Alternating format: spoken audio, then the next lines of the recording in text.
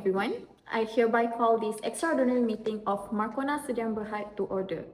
The purpose of today's meeting is to address a serious issue concerning one of our shareholders, Mr. Haikal. Before we begin, I ask the company secretary to explain the matter. Thank you, Madam Chairman. After reviewing the company's record, we discovered that Mr. Haikal actually transferred 60 shares to an outside investor without first offering those shares to the existing shareholder.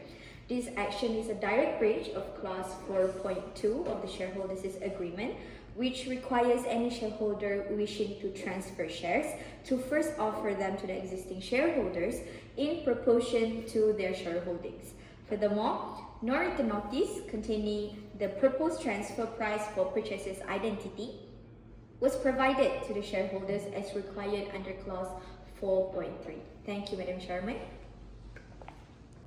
Mr. Haikal, is this information accurate? Yes, Madam Chairman. I received a very interesting offer and I thought receiving it immediately will benefit me. I don't think telling anyone was necessary. Not necessary. We all signed the shareholders agreement. Those clauses exist to protect every shareholders. You should have offered the shares to us first so that we can exercise our rights to purchase them. Instead, you brought an outsider into the company without our knowledge. I didn't mean to harm anyone. I just wanted to complete the sale quickly. Intention aside, every shareholder is legally bound by the agreement. Assalamualaikum, I'm Haikal Ruslan. I will reflect on two fundamental pillars of corporate law: share capital and capital maintenance. My analysis synthesizes the regulatory framework under the Companies Act 2016 with the specific operational controls we have drafted in our shareholders agreement. Reflecting first on Chapter 1, share capital is not just a source of funding, it is a direct measurement of control. We explicitly captures this in Clause 1.3 of our agreement, which acknowledges that a shareholder's proportion determines their voting power and decision-making participation. Because share capital dictates control, issuing or transferring shares requires strict internal government, under Clause 2.1, directors are strictly prohibited from issuing new shares without prior shareholder approval. If an existing member wishes to sell, Clause 5.2 enforces preemptive right, requiring them to first offer those shares to existing shareholders. This aligns with corporate law principles to prevent outsiders from easily taking control. Furthermore, to protect legitimate ownership, Clause 8.1 and 8.2 make it clear that any forged transfer is entirely void and no legal title will pass. Moving to Chapter 2, the capital maintenance rule serves as the ultimate safeguard to prevent directors from misusing company funds. Thereby, protecting our creditors and minority shareholders, we codified this duty directly into Clause 9.1 and 9.3, stating that capital must be maintained and only used for legitimate business purposes. The cornerstone of capital maintenance under the Companies Act is the solvency requirement. Our agreement strictly enforces this through Clause 10.1, which prohibits any capital transaction unless the board has verified the company's insolvency. As defined in Clause 10.2, this means assets must exceed liabilities and debts can be paid as they fall due. This strict approach also extends to dividends. Under Clause 11.1 and 11.2, dividends can only be declared from legally available profits, and directors must confirm the company will remain solvent after payment. Finally, to ensure total shareholder oversight, Clause 14.1 make all capital reduction, share buyback and dividend declaration reserve matters requiring a special resolution. Reflecting on both chapters reveals a necessary balance. Share capital provision give our company the structure it needs to operate and raise funds. Meanwhile, the capital maintenance rules act as the brake, ensuring financial discipline. By drafting these specific clauses, we have effectively translated statutory requirement into practical day-to-day corporate governance. Imagine you have started a business with 3 of your closest friends. Everything is going well until one day a director resigned, the company needs more money, and suddenly one of the shareholders was pressured to contribute extra fund. The question is, who gets to make the decision and are the shareholders protected? Today, I'll be answering the questions by discussing 3 important clauses from our shareholder agreement and explain how it fulfills the elements of a legally binding contract. Let's begin with Clause 13.5.2, which deals with the appointment of a replacement director. When a director resigns, a company could face confusion or even conflict who should take over the company.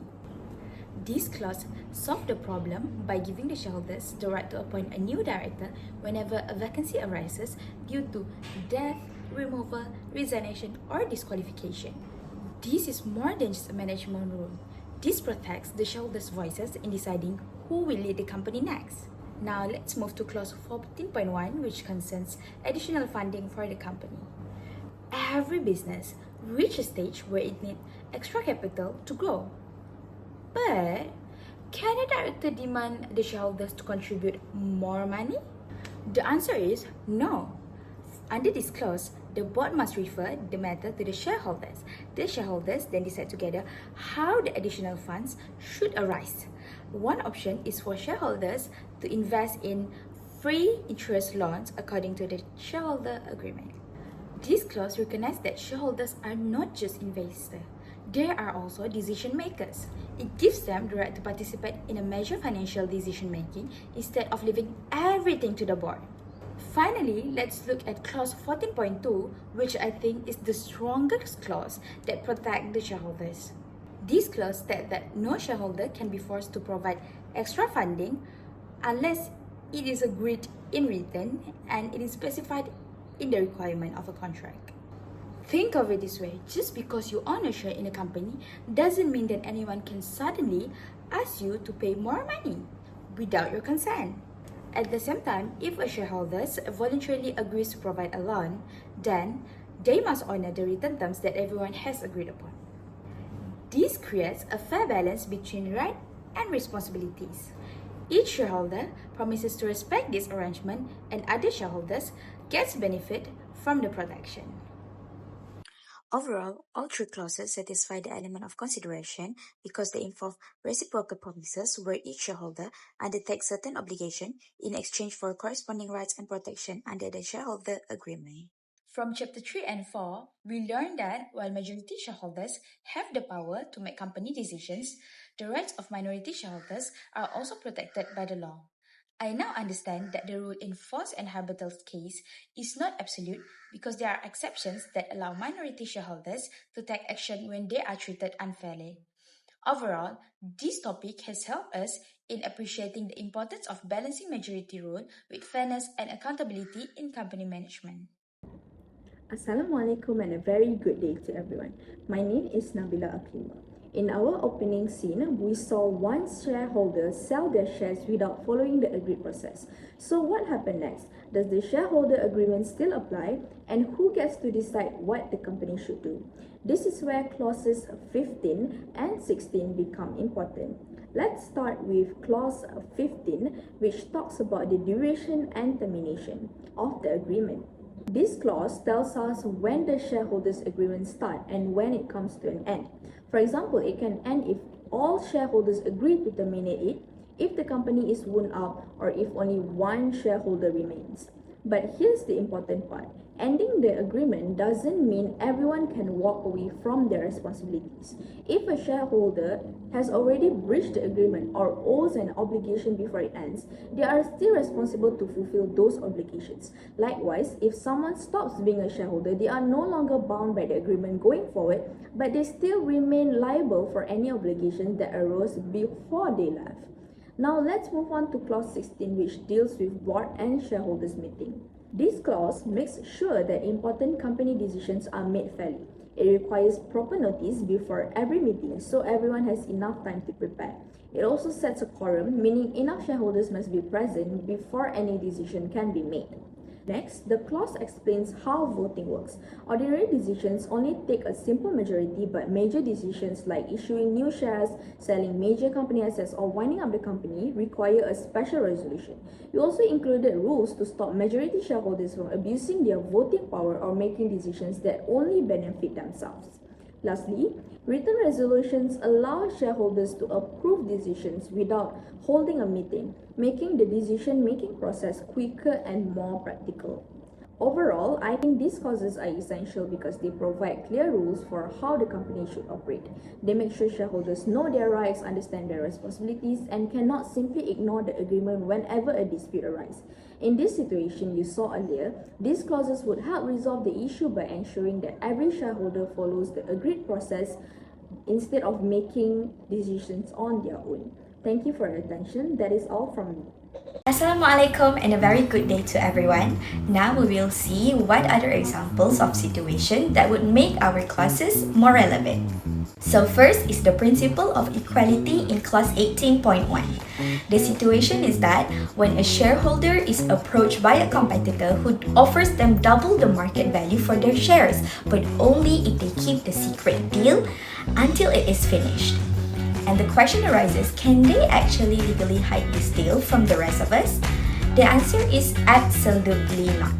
Under clause 18.1, all takeovers or merger transaction must occur in an informed market where all parties act in good faith and treat all shareholders equally. This clause represents the consideration through a benefit detriment exchange where each shareholder gives up the freedom to make secret deals, and these mutual promises to maintain transparency are all what makes the agreement legally binding. Next situation is the all or nothing protection clause under 18.3. The situation arises when, let's say, the shareholder proceeds anyway. They find a third party willing to buy a stake that triggers an exchange of control in the company. So the question arises, can that buyer just cherry pick one of the shareholder and ignore the others? Again, the answer is no. Clause 18.3 is our shield. It stated that a shareholder shall not complete a sale unless the third party also offers to purchase the share of other shareholders at the same price or on the same terms. This clause functions as a conditional acceptance, and for the sale to be completed, the third party purchaser must effectively accept the obligation to buy everyone out. Without this acceptance of our collective rights, the individual sale cannot be completed under the terms of our agreement. The next clause acts as the financial watchdog, which is the clause 17.2. This clause governs a situation where the rogue shareholder tries to hide the transfer by not updating the company books. And the question again arises, How can we ensure that an independent party catches this? so this is where clause 17.2 and our editors come in. It requires that every auditors must provide consent in writing before their appointment and must be a registered public accountant. When the auditor provides that written consent, they are formally accepting their statutory duty to report on the true and fair view of the company's financial position to the shareholders. Because they have a legal right of access to all books and accounts, they act as the ultimate check against the unauthorized or off-the-book share transfer. So, everyone must be asking, why actually are these clauses included? We include these clauses because a private company like Markona Sendirian Berhad relies on control and transparency. Without clause 18.1 and 18.3, a single shareholder could exit with a profit while leaving the rest of us stuck with a hostile new partner, and without clause 17.2, we wouldn't have a consented independent watchdog to verify that our share register actually matches our reality. So, thank you for your attention.